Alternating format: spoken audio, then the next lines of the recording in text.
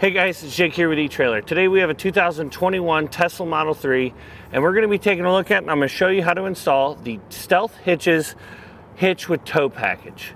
The tow package, the biggest difference between it and the standard rack package is that with just the receiver tube package, you can only haul bike racks and cargo carriers. So if you don't plan on towing a trailer, you can get that kit. If you ever plan on towing a trailer, which the amount of work you have to go through in order to get this hitch in place, I would definitely recommend spending a little bit extra money and getting the tow package because it will come with a ball mount and the wiring necessary to tow a trailer. The reason why that's so important is because you have to tow a trailer with their ball mount. You cannot put a ball mount inside the receiver tube. The way that it's engineered, it's not designed to have a ball mount installed in it. With this hitch, you're gonna have a 350-pound max tongue weight capacity. That's the capacity put down on the ball, so the amount of tongue weight that you have on your trailer. You also have a gross towing weight capacity of 3,500 pounds. That is the weight of the trailer plus the load on top of it. Now some measurements so you know what you guys are getting. From the ground to the top of our ball is gonna be about 17 inches. And now to show you the height of the receiver tube, we can go through and unlock our ball. You just need to you slide your key up into place, into the lock cylinder, unlock it, then stick your hand up there and turn the knob to release the ball. Then you can take your receiver tube and slide it up in there. This is the best part about having a Stealth hitch. When you're not using anything, this is what it's going to look like. There's no receiver tube sticking out here. You're not going to have any worry about if you left an accessory in or anything like that. Nothing is going to change the look of your Tesla because they are very nice looking cars when you don't have an accessory in place. That's probably the #1 selling point for these. But to get an accessory in, you slide it up till it locks into place. And now you have a receiver tube. For bike racks, cargo carriers, any type of hitch accessory except for a ball mount. From the ground to the top inside of the receiver tube is about 10 inches. So if you get a bike rack or cargo carrier, I would highly recommend getting one that has a rise in the shank so that you can get a little bit more ground clearance. Usually 12 inches is about that cutoff point that we recommend. A clearance measurement that we typically give is from the hitch pin hole to the outermost side of the bumper. This one is about even with the outside of the bumper, so you shouldn't have any problem with the clearance of any bike racks or cargo carriers. If you watch some of our videos, the people doing the videos will give you those measurements so that you know to compare them to the hitch pin hole on this to know whether or not it's going to give you enough clearance. If you get the tow package, it will come with integrated safety chain loops that you will install with the bracketry. I would recommend getting these S-hook style safety chains. They just fit a whole lot better in there. This other style, the clevis style, is not going to work as well because it's much larger. It does fit in there, but they work a lot smoother with the S-hooks. We brought the car inside real quick just to show you an example of how to get an accessory out and then back in. It's a little bit easier to see in here than it is outside because we're up on the lift. But you'll take your key, slide it in the keyhole, and you will get you'll get more used to using this system. We don't mess with them a whole lot here, but you put your key in, unlock the cylinder, it'll be in the out position. Then you'll turn the knob on the right side till it clicks, and then your accessory will fall right out. And from this point is where you'll take your accessory. You'll leave this just like this, leave it unlocked, take your keys out, and then when you're ready to install a new accessory, all you have to do is push it up into place until it firmly locks. Then take your key out and push that lock and cover the lock cylinder back up. And you're ready to tow or haul a bike rack, whichever accessory you're deciding to use. All in all, I think this is going to be a great hitch. I really like the Stealth Hitch paired with the Tesla because, again, they're really stylish cars. They look sleek and clean, and you don't want a big receiver tube sticking out as you see now. So being able to remove that and get your car back to the factory look, if you're not hauling a bike rack or cargo carrier or a trailer, is very important to me. So with that being said, the installation is going to involve removing the rear fascia of your car. It's not nearly as intimidating as you think. It's just some bolts on the bottom and the underbelly that you have to remove, and a couple in the wheel wells. It's not too difficult, but with that being said, let's go ahead and take it inside and show you how we did it. To begin our installation, we're going to have 2 push pin fasteners in the trunk area that we'll need to remove. There's going to be one up here. They are above these little lights, and we're going to have one on the other side. We'll take a screwdriver or a trim panel tool and pop them out. You'll just pop out the center and then pull the push pin fastener out. Then we'll take the fabric liner in our trunk, pull it down a little bit. Actually, we can probably remove this, get it out of our way. Pull this fabric down, and you'll see some connections on the back of our taillights. That's what we're after. There's gonna be a little red tab that we'll need to pull rearward. Then pinch and pull out. Next, we'll need to remove these little screws on the top here.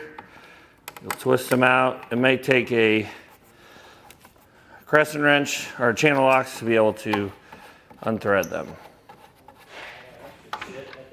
There we go. And you want to do this on both sides of the vehicle. Now we need to remove our taillights. So with that top nut out, we'll take an 8mm socket and remove 2 nuts on the back side of our taillights. With those out, we can now take our taillight and pull rearward. That should pop right out. You might have to take a trim panel tool, push it down in here in order to pop them loose.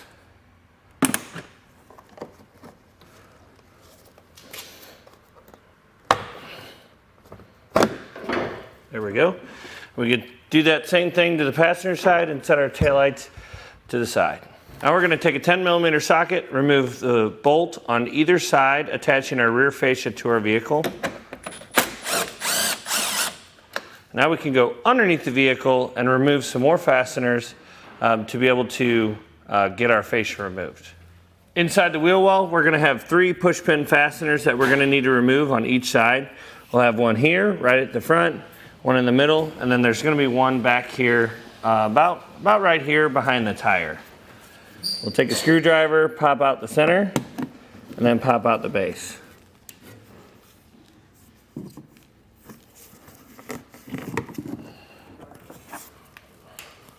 And we'll want to take a T25 Torx bit, and there's a screw that is holding these 2 pieces together right up here that we'll need to take out of both sides. Once you get that Torx bit screw out, we're going to go to the other side and do the same thing. On the bottom panel here, we're going to have several of these 10mm bolts that we're going to have to remove. We'll loosen some of them up, pop these out. You'll have one here, one here, one here and here. Then back here, you're going to have 1 and 2 underneath these covers. We'll take a screwdriver, pop the cover back, and you can see it right there.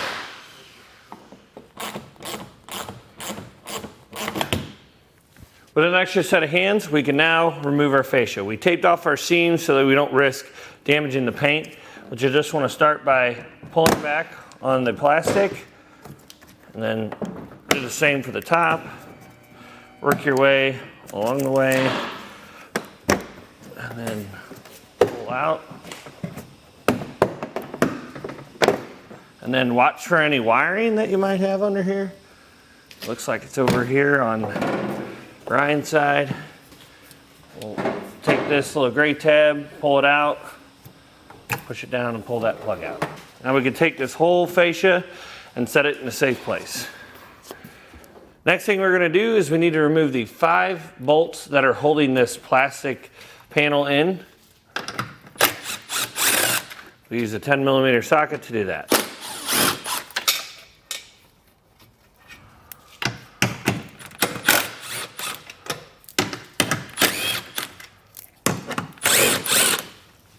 Once you get those out, you can pull this back a little bit. We're not going to be removing the wiring. We're just going to let this rest here while we get our bumper beam removed.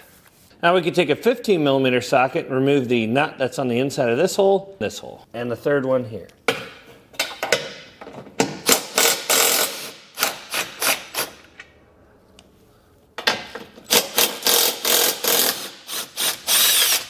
We're going to leave the top one on just to hold our bumper beam on until we get the rest of the hardware removed.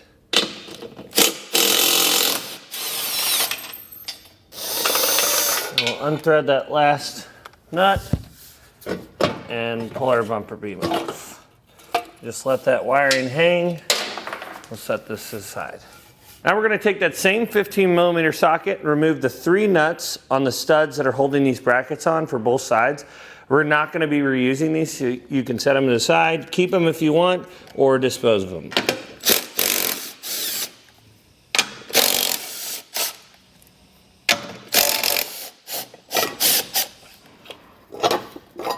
Next step is getting our hitch in place, but we need to put these nylon washers on. It's going to help protect any interference from the steel to the body of our Tesla. Put one on each one of them, on both sides. Then we can take our hitch, slide it over the studs. Make sure you get both sides. Take a factory nut and put it on only the bottom right-hand nut on the right side of our vehicle and the bottom left on the left side of our vehicle. We'll snug these up. Don't tighten them too hard because we'll come back and torque them later on. We're going to take our bumper beam. We'll have to mount some new brackets on it because the brackets that were on here we took off. And then essentially what you want to do is you want this tab to be facing inward, kind of like you see on our bottom one that we pre-installed. And then you want this notch here to be facing the top. It might be confusing if your Tesla only has 2 holes on the one side and 3 on the other, because the brackets will both have 3. But we'll set these in place. You want to make sure there is a nylon washer in between to help the dissimilar metals to not corrode against each other. Take a flat washer and a bolt for each one of these, slide it on, then slide on a nylon washer, and then slide it through our hitch, or through our bumper beam.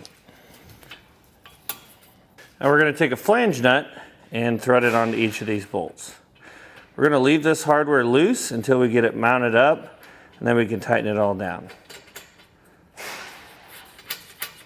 Now we can take our bumper beam, slide it back over our studs, and we're just going to take a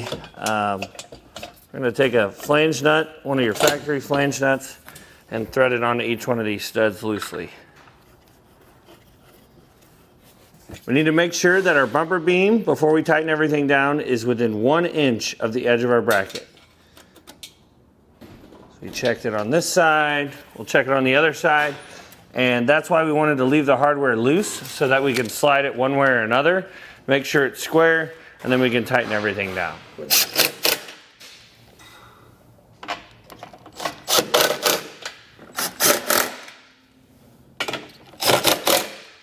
Now we're going to torque all of our hardware to the specifications in the instructions.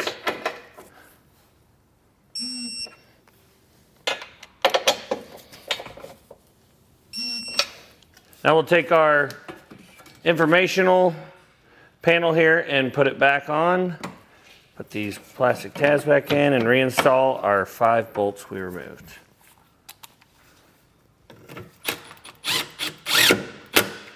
careful not to tighten these too hard. You don't want to crack this plate.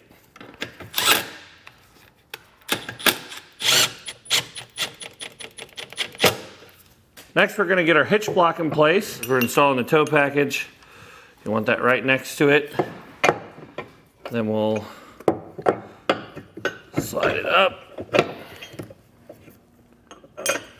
Slide our bolts through.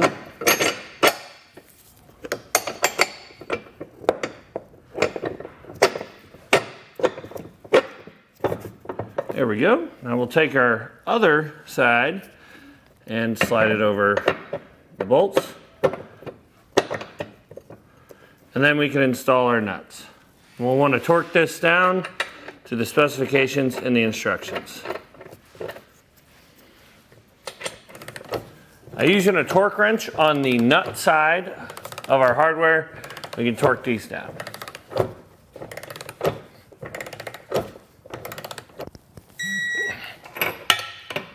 If you have the tow package, to begin our wiring installation, we started by running our 4-pole wire, ran it behind our bumper beam here, and then ran it back behind our hitch receiver. We went ahead and put the magnet on there so that it can hold it in place, so that we know we don't pull too much out and that we have enough left here for when we put our fascia back on. You want to leave about, I'd say about a foot from the end of the plug to the hitch. That should be more than enough to be able to get out and up to be able to plug it into your trailer. We'll take this 4-pole. You want to drill a 3/8 inch hole through this grommet.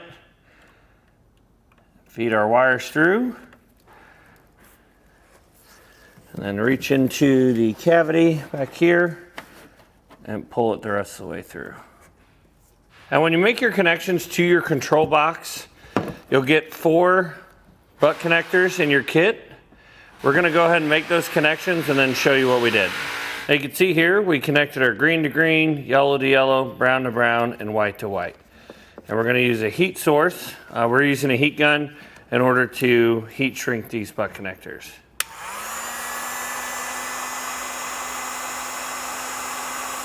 Next, we're going to take our power plug. If you do not have this blank plug on the back, it should be right next to this module. If you don't have this, you're going to have to take a power wire and run it from this junction box here, or this converter box, from the inside, come out of this grommet that we drilled a hole in, and run it up to the battery in the front trunk. But since we have this plug, we can use this for our power source. This plug will come over here. We're not going to plug it in right now, but this will come over here. There should be more than enough wire for us to get inside, and we'll feed it through the grommet too. Now we can connect that black power wire. We'll take the fuse holder that comes in your kit. You can leave the fuse in because we're not going to be connecting it to this right away. We'll take the ring terminal, cut it off. That is for if you are going to attach it to the battery. They pre-install that for you, which I think is really nice, but we need to install this ring, or this heat shrink butt connector that came in our kit, to connect it to the power wire on our converter box. Take that, crimp it on. And then our power wire is going to be really long, and we're not going to need all of it. We just need some because we have all this extra wire from our plug that runs outside. So we'll take this, strip it back. Then we're going to take our power wire. We'll leave about a foot on there. Cut that short. Strip that one back. And then we can take the inline fuse and put one heat shrink butt connector, or each of these will go to those black wires we just stripped. We'll take a heat source and shrink up this butt connector. Our ground wire is also going to be a little too long for where we're installing it, so we'll cut it short. We left about 2 feet on there. That should be more than enough for where we're going to be mounting it. And then you'll get a terminal in there in your kit It's a cut terminal, so you don't have to take the factory bolt that we're going to be installing this on all the way off. And then that bolt is going to be right on the inside of the passenger side wheel well, which we have been. It's going to be this bolt right here. So we'll loosen this bolt up and put this ground on. And we'll take our ground wire, and we loosened up that bolt. We'll slide it up and behind it.